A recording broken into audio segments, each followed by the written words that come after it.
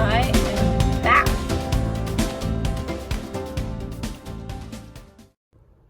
Welcome to season 4 of Caroline Rena and the Ride of My Life podcast and blog. And this season is going to include my story and how I ended up taking this journey, and different suggestions by way of my continuing my healing journey, mind, body, and soul, and being able to find peace and self-love, and to expand my life more and express myself more, and then share that with you so you have some choices and ways to see what resonates with you. So welcome, and I'm glad you're here. As I lay here in bed contemplating my life, I feel the ache of where it has gone. I think about my son as I held him as a baby, and wish upon all else that I will be able to hold him again in my arms someday like I did then. A life hug of the expression of love, maybe while sitting on the beach after a great conversation with him. And I remember once, while holding my daughter as a baby in an old rocking chair, staring at her face as she slept and feeling so much love, like a wave washing over the both of us. It's been a long time to be able to see my daughter in a different space of love now, this love that I have always felt for her so deeply. My heart aches for her. I come back to the present moment. I look up at the ceiling and watch the shadows moving around as if they had someplace to go, but they don't. They are just moving around and coming back, and then moving off to somewhere I don't know. It's a mystery. I feel my shadow deep inside of me, that space that has the experiences, heartache, sadness, trauma, anger, shame, and lots of fear, because that is who I thought I was. A mishmash of confusion, the emptiness of who I thought I was based on the lies I was told, or the things I wasn't told as a child and growing up. I believed things about myself that I learned in the world as I got older that weren't true. I believed it when people projected their own pain onto me, and I took it into my soul where it sat for a lifetime. I had thought that there was something wrong with me. Things like my second grade teacher telling me that I was a brat. This was during the time that my parents were going through a divorce, which she never knew. And it wounded my sweet little girl's heart and soul for a lifetime. My secret of how I felt about myself that I needed to hold in the depths of my closet. That's the same real closet I would hide in when I felt scared as a little girl in my bedroom.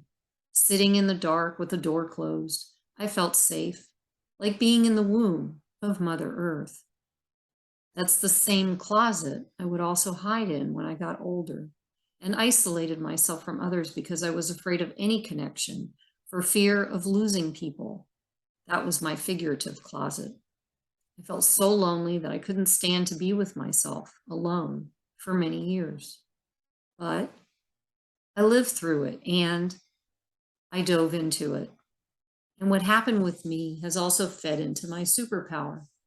The exact things that I've been so fearful of moving into or through have always turned out to be my saving grace.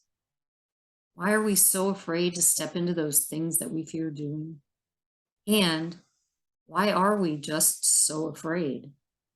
Why are we so afraid to be alone? I think it is because there hasn't been true connection with self or others in this world.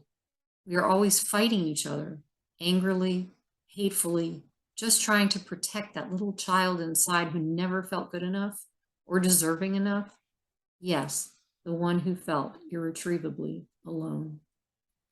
And if you went through trauma as a child and never had someone there in your life to feel love from or mentor you out, there was another loss of self and life, of no one to turn to, of the extreme sorrow of always feeling like you were alone and feeling the loneliness to the center of your bones.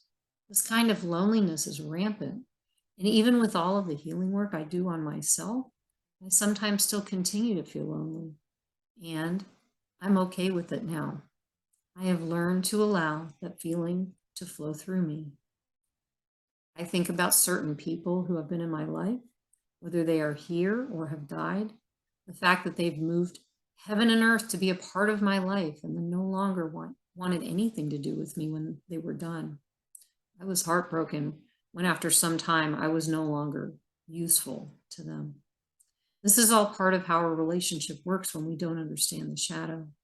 This is what I didn't understand, and this was my contemplation this morning.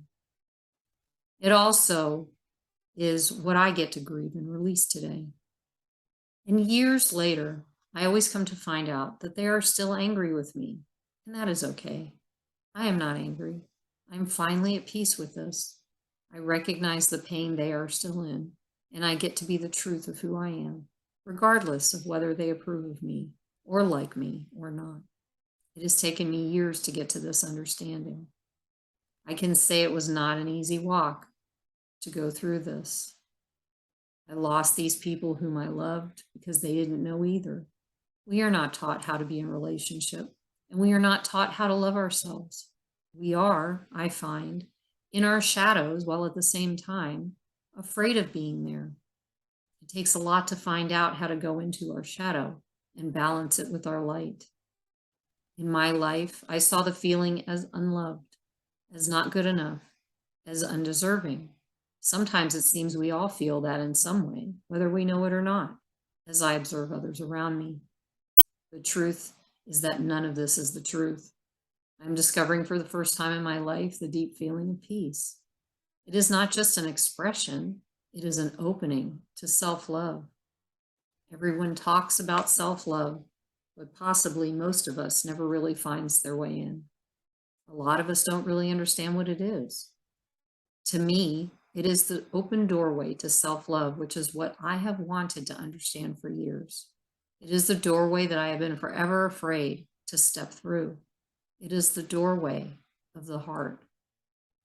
I am in the process of that now, in this moment, of fully understanding what it is. Self-love, love, agape love. The truth of that love through peace is unconditional. And the reason why we have trouble feeling it is because we have truly never experienced it. It is not possible to experience that kind of love until we are ready, willing, and courageous to break the chains of the many variations of trauma that seem bound to our existence and has kept us stuck in this feeling of loneliness for eons. Separation, a mass consciousness of separation anxiety. Every person, everywhere, has experienced the residues of trauma. It isn't something that you can push away, push down, ignore. It will feel like it is getting worse as you grow older if you don't take a look at it now. To heal, to find the truth of who you are, to know yourself as love. The depth of this is challenging. The result is freeing.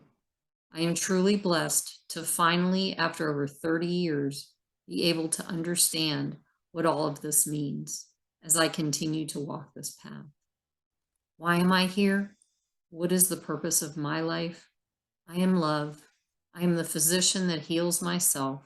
I am the one who is connected to everything in the universe or multiverse. I am.